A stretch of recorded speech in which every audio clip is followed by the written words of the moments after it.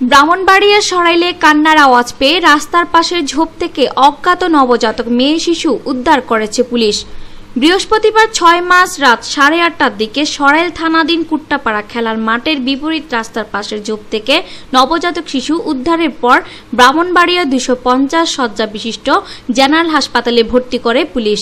এই ব্যাপারে সরাইল থানার ভারপ্রাপ্ত কর্মকর্তা ওসি রফিকুল হাসান জানান, ঢাকা সিলেট মহাসড়কের সরাইলের কুট্টাপাড়া খেলার মাঠের বিপরীতে রাস্তার পাশের ঝোপে নবজাতক শিশুর কান্নার আওয়াজ শুনে স্থানীয়রা পুলিশকে জানালে পুলিশ নবজাতক মেয়ে শিশুকে উদ্ধার করে। নবজাতক শিশুটিকে প্রথমে উপজেলা স্বাস্থ্য কমপ্লেক্সে, পরবর্তীতে ব্রাহ্মণবাড়িয়া ২৫০ শয্যা বিশিষ্ট জেনারেল হাসপাতালের শিশু বিভাগে ভর্তি করা হয়েছে।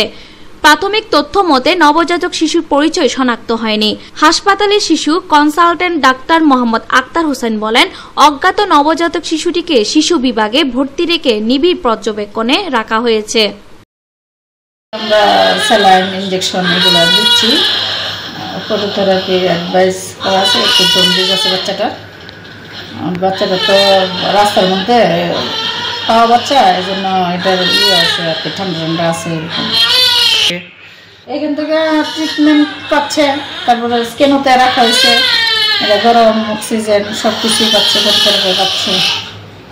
আপনারা দেখছেন দৈনিক কর্ণকণ্ঠ, সবার কথা বলে।